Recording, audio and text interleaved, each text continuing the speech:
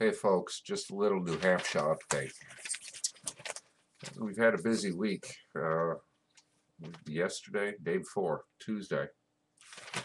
Uh, New Hampshire votes to halt early release of inmates. Bill heads to Senate. Amendment means change could be delayed up to a year.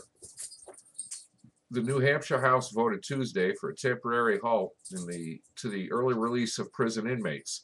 A move critics said means some inmates will be released without supervision that the current law requires. The House voted 264 to 97 to pass HB 524, which was meant to give the parole board more discretionary power on how to deal with violent criminals and sexual offenders. Current law requires most inmates to be released from prison 9 months before their maximum release date, including those who committed violent crimes. The bill was meant to end automatic release of violent and sex offenders, leaving the early release only for nonviolent offenders. But the section that makes the change will not take effect for up to a year under a floor amendment Republicans voted to adopt. That leaves in question whether the bill will stop the early releases right away or if it will take a year. Yeah. Bit of good news. House okays death penalty for home invasion murders. On to Senate. Bill is in response to the Mount Vernon incident. The House voted without a word of debate Tuesday to expand the state's death penalty laws to include home invasion murders. The change in capital murder status stems from frustration that the death penalty laws do not apply to the murder of Kimberly Cates, 42, of Mount Vernon by a group of teens who invaded her home in October 2009. Speaker of the House William O'Brien is the prime sponsor of the bill, HB 147. He called for a voice vote as soon as it was brought up for debate. The voice vote leaves no record of who supported or who opposed passage. The bill now goes on to the Senate. Existing state law on the death penalty limits its use to few crimes, including the murder of a judge or police officer, murders that occur during rape or kidnapping, or during a drug deal.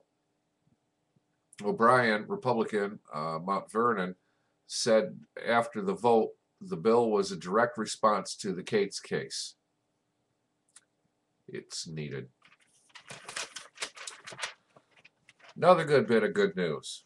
House bills would relax gun carrying rules. 3 bills pass. Ride strength of Republican support for more deregulation of firearms laws. Laws would ease on owning, carrying, and using firearms under bills the New Hampshire House passed Tuesday. The so-called Ward-Byrd bill was among the bills that passed easily yesterday, largely on the strength of Republican support for more deregulation of firearm laws. Byrd, a Meredith farmer, was imprisoned for a mandatory 3 to 6 year term on a criminal threatening conviction for brandishing a firearm during a trespassing dispute. He served a short time in prison before his sentence was recently commuted. The House also approved bills allowing almost anyone to carry a concealed weapon and to use them to defend themselves in public places. All 3 bills passed by wide margins. HB 378, which allows a property owner to display a firearm during a trespassing dispute, passed 304 to 54.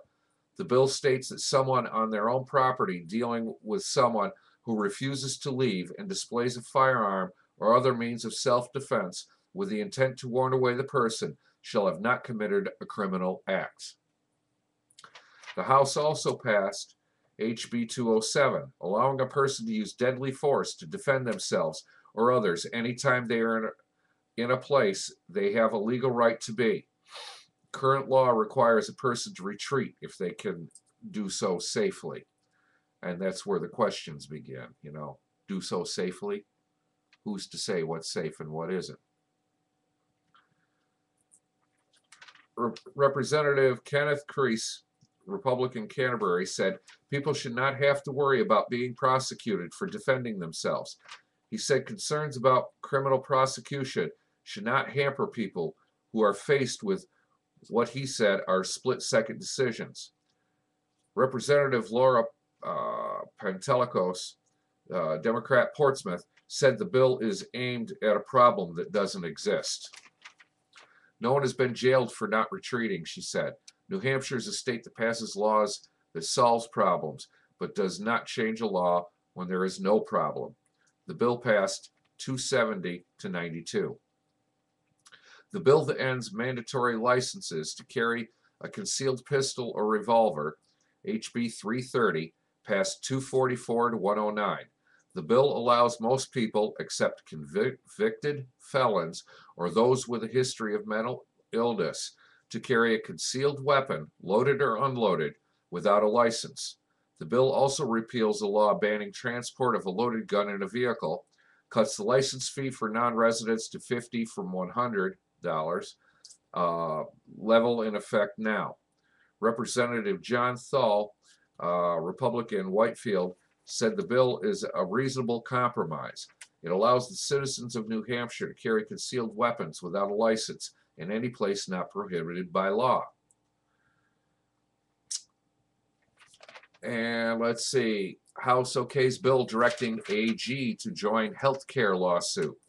Our current AG does not want to. Evidently, he hasn't read the Constitution, let alone the state constitution. AG says it's unconstitutional. It is for us to direct him because he's supposed to be independent. What needs to be done is he needs to go.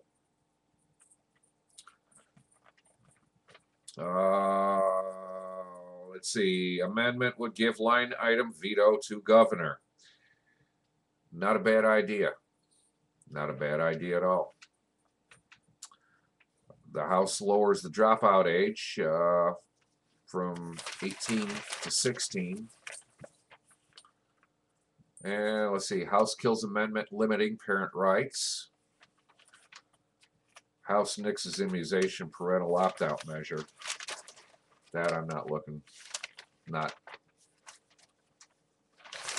happy about.